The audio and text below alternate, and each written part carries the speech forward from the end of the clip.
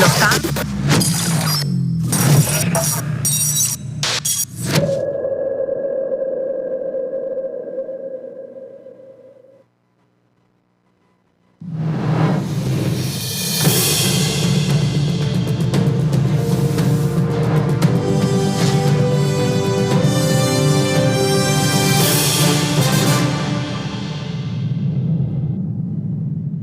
Hola, ¿cómo están? Muy buenas tardes, noches, no sé a qué hora nos estarán viendo. Desde Miami yo soy Germania y en Costa Rica está Joel Álvarez. ¿Cómo estás? Aquí estamos viendo que nuestra audiencia esté prestando atención. Estamos cambiando el juego un poco hoy. Así es, bueno, hoy te toca comenzar. Así es, y empezamos ya. El Consejo Nacional Electoral, nombrado por el régimen chavista, anunció un nuevo reglamento para la selección de diputados indígenas a la Asamblea Nacional. Los cambios transgreden lo establecido por la Constitución, acabando con la elección directa de los diputados indígenas. El Tribunal Supremo de Justicia del régimen ha anulado 10 artículos de la Ley Orgánica de Procesos Electorales con respecto a la escogencia de diputados de los pueblos indígenas del país. Para el nuevo sistema se mantienen los requisitos anteriores para los postulantes y candidatos, pero se establece un sistema de votación que sustituye el voto personal y directo por un sistema de delegados, quienes votarán en nombre de las comunidades indígenas. Las asambleas comunitarias deberán elegir entonces un número de voceros, los cuales a su vez irán a unas asambleas generales en las cuales procederán a elegir en nombre de su comunidad a los diputados indígenas que les corresponda. El consulado de Venezuela en Caracas, que era administrado por la dictadura de Nicolás Maduro hasta la ruptura de relaciones diplomáticas con ese país, está en abandono y ha sido vandalizado. Las imágenes que vemos en pantalla fueron captadas por la agencia AFP y difundidas en sus respectivos canales. La dictadura de Nicolás Maduro ha reclamado al gobierno de Iván Duque por dejar el local diplomático sin protección y amenazó con tomar acciones recíprocas para resarcir lo que consideran una inaceptable agresión a la sede diplomática.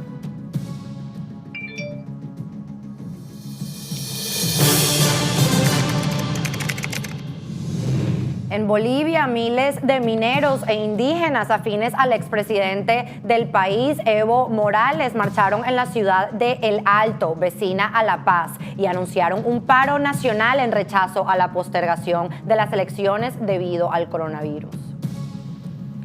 La protesta comenzó con una caminata de unas 5.000 personas y fue seguida por un cabildo donde acordaron iniciar una huelga. Carlos Huarachi, líder de la Central Obrera Boliviana, informó que le darán un plazo de 72 horas al Tribunal Supremo Electoral para que mantenga las elecciones en septiembre y no las aplace a octubre. De no ocurrir las elecciones el 6 de septiembre, empezará una huelga general indefinida a partir del 3 de agosto. Los partidarios de Morales consideran que la presidenta Yanine Áñez postergó las elecciones para el 18 de octubre porque el candidato apoyado por el expresidente Evo Morales, Luis Arce, encabeza los sondeos. En Chile, 7 comunas de Santiago y 2 de Valparaíso iniciaron un desconfinamiento después de permanecer en cuarentena desde el mes de marzo. Este paso se da tras una estabilización en los números de contagios y fallecimientos en el país. El inicio de la flexibilización ha provocado temor entre los expertos y epidemiólogos que advirtieron que las zonas pobres de una ciudad tan segregada como Santiago han sido las más golpeadas por la pandemia y el levantamiento de la cuarentena deja a estas zonas en mayor vulnerabilidad. En la llamada etapa de transición, cerca de 1 millón de personas puede volver a salir a la calle entre lunes y viernes sin solicitar permiso a la policía como se hacía hasta ahora. Los feriados y fines de semana se mantiene la cuarentena. Además, a nivel nacional continúa el toque de queda nocturno, la suspensión de clases presenciales, salvo en la isla de Pascua, y el cierre de las fronteras al turismo. Los pequeños comercios atendidos por personas que viven en las comunas pueden funcionar en esta etapa, pero permanecen cerrados restaurantes, cines y centros comerciales. El inicio del desconfinamiento se adoptó después de 7 semanas con cifras de contagio a la baja y una estabilización en alrededor de 2.000 infecciones por día. El presidente de Chile, Sebastián Piñera, recurrió a la derecha para el cambio de su gabinete. Esto mientras el presidente se prepara para enfrentar las 7 elecciones previstas en los próximos 20 meses. Piñera nombró a 6 nuevos ministros. Este es el 5º cambio de gabinete desde que asumió su segundo mandato en marzo del 2018. Los nuevos ministros del Interior y de Relaciones Exteriores se han declarado partidarios del rechazo en el plebiscito del próximo 25 de octubre. En este referéndum, los chilenos deben decidir si aprueban o rechazan cambiar la Constitución, la cual se mantiene como herencia de la dictadura de Augusto Pinochet. Este referéndum fue planteado como uno de los caminos de salida para destrabar la crisis social que estalló en Chile el año pasado. A Piñera le quedan 20 meses en el gobierno. En ese plazo se prevén 7 elecciones, entre ellas la presidencial de noviembre del 2021.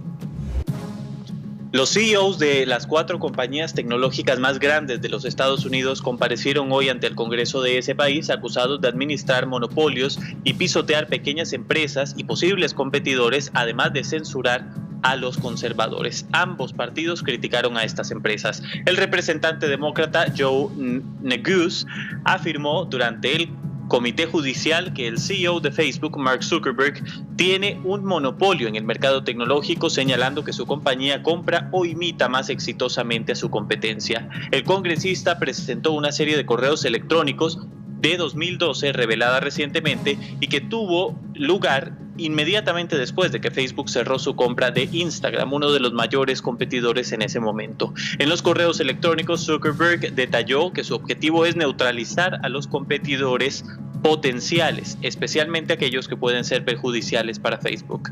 Facebook adquirió varias aplicaciones de redes sociales desde que se convirtió en una de las plataformas más populares del mundo. También ha intentado comprar otras plataformas como Snapchat, por ejemplo. Zuckerberg fue solo uno de los 4 CEO llamados a declarar en el subcomité y de hecho se encontró también el CEO de Google, Sundar Pichai, de Amazon, Jeff Bezos, y de Apple, Tim Cook.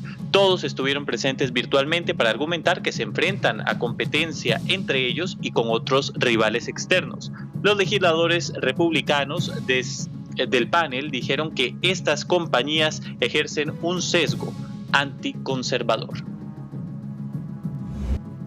El presidente de Perú, Martín Vizcarra, anunció el martes un plan con el que espera crear 1 millón de empleos y también la entrega de un segundo bono de $220 para familias vulnerables debido a la pandemia.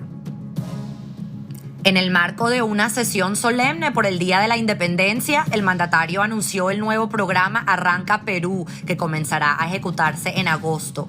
Por ahora no hay detalles sobre los sectores en los que esperan generar el millón de empleos. El gobierno anunció la aprobación de un segundo bono de 760 soles que será implementado entre agosto y octubre para atender a todas las familias vulnerables del país.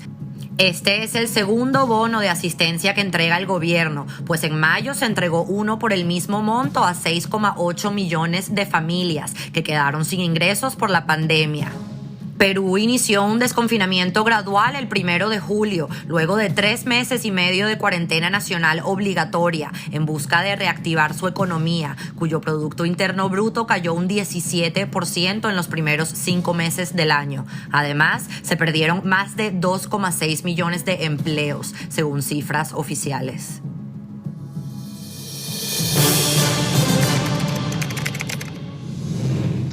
Tenemos en pantalla el mapa de la evolución de la COVID-19 en el mundo. 16.845.602 casos a nivel mundial reconocidos por los gobiernos.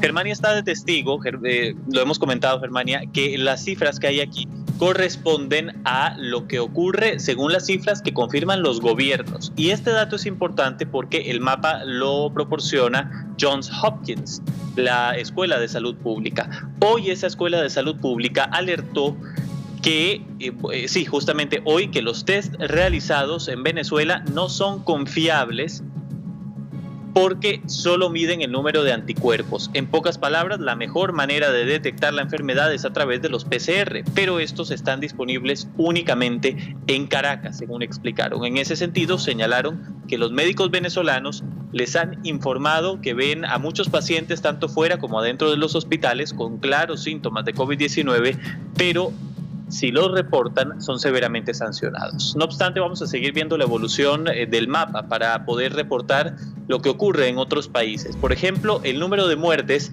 ya va por 662.577. Los Estados Unidos sigue teniendo el mayor número de contagios hasta ahora y parece que esa es una tendencia que se mantendrá por el momento. Y los fieles musulmanes seleccionados empezaron este miércoles la gran peregrinación de la Meca, en esta ocasión de forma restringida debido a la pandemia del COVID-19. Las medidas los obligan a guardar una cuarentena antes y después del acto religioso. En pequeños grupos, cada uno con un guía, los fieles empezaron el ritual y dieron 7 vueltas a la Kaaba, la construcción cúbica que se encuentra en el centro de la gran mezquita de la Meca. Entre 1.000 y 10.000 peregrinos participan este año en la ceremonia, un número mucho inferior a los 2,5 millones de personas que realizaron el ritual en el 2019. Se trata de uno de los 5 pilares del Islam que todos los fieles deben cumplir al menos una vez en la vida si tiene los medios para ello. Qué curiosa esa tradición, ¿no? Yo, no la practico obviamente, pero siempre me ha llamado la atención que tengan que ir una vez en la vida a la Meca. Sí, yo siempre he querido a ver eso, a ser testigo de esa ceremonia tan importante y de tantos años. ¿Y esta será la primera vez que está restringida de esa manera? No creo. Bueno, según el registro que yo he visto, por lo menos por motivos sanitarios sí. Ha habido siempre preocupaciones en cuanto a la seguridad, etcétera, pero bueno, normalmente hay millones de personas. Otra cosa ahí. que me pregunté es porque en la nota mencionamos que son personas seleccionadas que puedan hacer esto. ¿Cómo las seleccionaron? Ahora tengo que investigar más. Sí, vamos a tener que buscar sobre eso, pero sé que fue un proceso dentro del reino. O sea, obviamente no pudieron ir personas del extranjero, entonces eran fieles dentro del país. Es todo un ritual y yo creo que nos estamos adaptando. Por ejemplo, aquí en Costa Rica hoy es 29 de julio. Imagínate que el 2 de agosto es el Día de la Virgen de los Ángeles. Ya para este punto habría decenas de miles de personas caminando hacia la Basílica de Cartago. Probablemente yo entre ellas, si me daban permiso. Pero el punto aquí es que no podemos hacerlo este año. El Ministerio de Salud nos ha pedido que lo suspendamos, como se había suspendido también en la pandemia de hace 10 años con el H1N1. Son circunstancias especiales y bueno, la fe ahí está siempre. Se puede seguir siendo devoto desde casa. Sí, y es bueno, pero esto afecta particularmente, creo yo, a países latinoamericanos, porque por ejemplo aquí en Estados Unidos es algo, diferencias culturales, no tenemos como fiestas nacionales religiosas. Entonces claro. Eso es algo que no se ha visto en realidad afectado aquí. Bueno, la gente que quiere ir a las iglesias, etcétera, y no ha podido, claro. Sí es un problema para ellos. Pero mira, no hay una noticia del todo mala, vamos a decirlo así. Vamos a hablar ahora sobre una vacuna que se espera poder empezar a producir a partir del mes de septiembre de forma masiva. Entonces ahí puede haber una respuesta para estas personas que están buscando volver a la iglesia. Rusia es el país que espera poder producirla de manera masiva. Son 2 las que están en proceso. El anuncio lo hizo la viceprimera ministra de Rusia, Tatiana Golikova. La primera está siendo desarrollada por el Ministerio Ruso de Defensa y el Centro de Investigaciones en Epidemiología y Microbiología, Nikolai Gamaleya, y se encuentra en pruebas en humanos. La segunda vacuna está siendo desarrollada por el Centro de Investigación Vector en Siberia y está en fase de ensayos clínicos que deberán terminar en septiembre y se espera que para ese mismo mes tengan ya la certificación, según dijo Golikova. Las primeras dosis podrían estar listas en octubre de 2020. Entonces, Germania, la carrera por la vacuna va a todo lo que da, ¿no? A comentar, en octubre del 2020 estoy pensando, porque ya sabemos la de Oxford también le va bien, una en China también le va bien y aquí en Estados Unidos. Entonces tenemos 4 países en la carrera. Para tu cumpleaños podrías tener vacuna. Sí, eso sí, te querés poner la rusa. No me voy a poner ni la rusa ni la china. Soy una persona de democracias occidentales, gracias. Sí, yo tampoco. Probablemente yo me ponga la de Oxford. Pero si te pondrías la vacuna, Joel, porque hay una controversia con eso, gente preguntando si te pondrías la vacuna o no, porque hay gente que no cree en vacunas, que creen que es parte del nuevo orden mundial. ¿Cómo es que la cosa esa? Sí. ¿Sabes a quién escuché decir eso? Que por cierto, no les he contado. Bueno, les voy a contar. Este domingo vamos a tener una tertulia porque han pedido que vuelvan. Vamos a tener una, no es que la vamos a hacer siempre, y va a estar María Conchita Alonso y ella dice que ella no se va a poner la vacuna. Ahí está, bueno, por favor le pregunta sobre eso para que ella explique por qué no cree en vacunas. Pero bueno, esas fueron las noticias de hoy. Joel y yo estaremos aquí mañana también en FDP Noticias. Hasta entonces.